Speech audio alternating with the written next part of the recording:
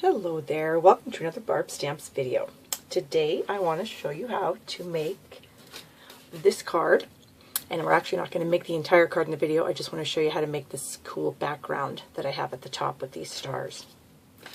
These are the supplies that you're going to need to make this card. You'll need some painter's tape, some crumb tape cardstock, decorative mask. This is from our Stars and Hearts mask set, a few colors of our classic ink, our craft white ink, a sponge, and some sponge daubers. Okay, to get started, we are going to put a tiny little bit of adhesive on the back of our crumb cake cardstock because we don't want it to move around while we're applying the ink. Press that onto your grid paper. Bring your stencil in. And like I said, this is the star stencil. They're sold 2 in a package. This one also comes with hearts. So I've got my stencil on there where I want it. I'm going to secure it to my grid paper with a couple pieces of painter's tape. Okay, I'm going to bring in my craft ink pad. This is our Whisper White craft pad. And I'm going to just kind of press it onto the mask a couple times to transfer some ink. Then I've taken one of our Stampin' sponges and I've just cut it into a little pie shape. And I'm going to kind of use this ink that I've picked up to move it around off the stencil and get it onto the cardstock. You can also re-ink your sponge by tapping it into the pad. And you're just going to go and you're going to cover the entire surface of the cardstock wherever you see open stars. You want to get those inked with the white. And you can see I'm just kind of smearing the ink around also. Kind of spread it around and press and twist to get that ink into all those little stars. And now, I'm just going to kind of zoom in here so you can sort of see what this kind of looks like. So you can see I do have ink all over the mask, not a problem. Underneath the mask is my cardstock, which is now covered with white stars. I'm going to saw a little spot there that I think I missed. Okay. Carefully peel up the tape. And then you're going to want to go rinse this off. I just use tap water, so I will go rinse that off and I'll be right back. Alright, I'm back. You can see that my mask is now clean. So my next step is to place the mask back over my stars. And what I'm doing is I'm just looking for the same position that I used before. Okay, so let's kind of zoom in here so you can see what I'm talking about. So as you can see, I've got my stencil lined up over the stars in the same position that they were when I was stamping the white ink on there. So now what I'm going to do is I'm just going to slightly offset this. So I'm just going to pull it down just a little bit.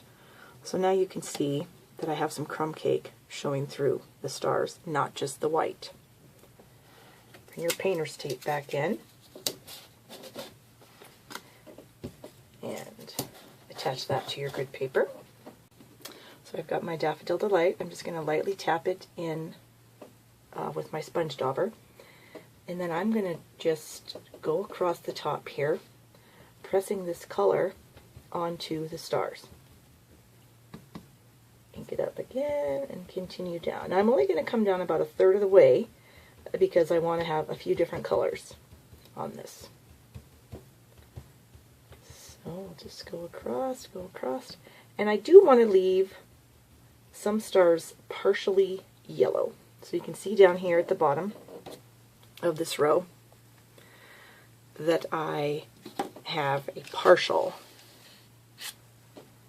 I haven't come all the way to the bottom of these few stars because I want to add some of the Tangelo twist so that it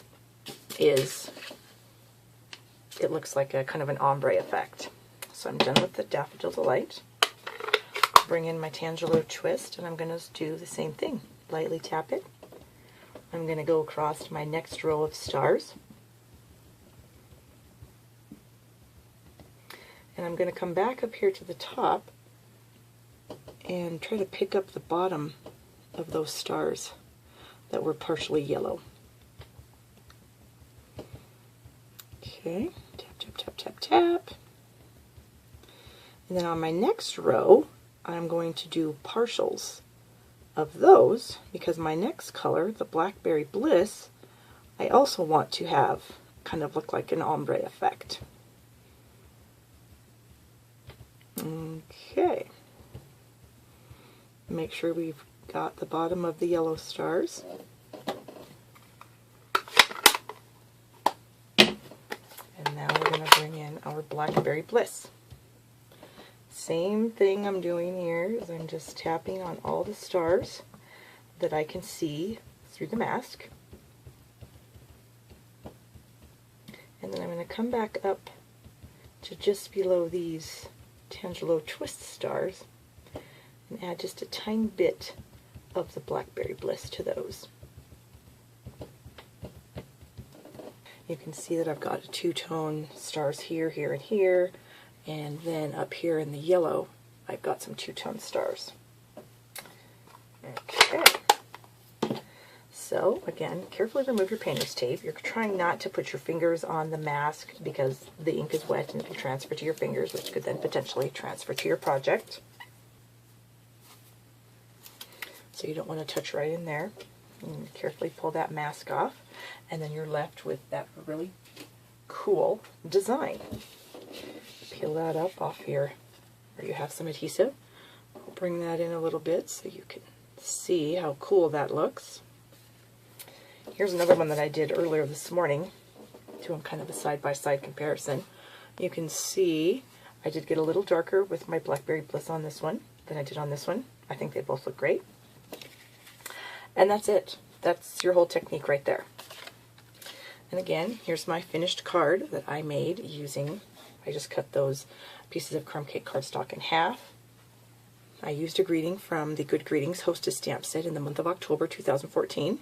I chose the Trick or Treat greeting, stamped it on some Daffodil Delight, and cut it into a banner shape. I also used the Fun Fall framelits to die cut my cute little ghost, and the matching Fall Fest stamps to give him a cute little face.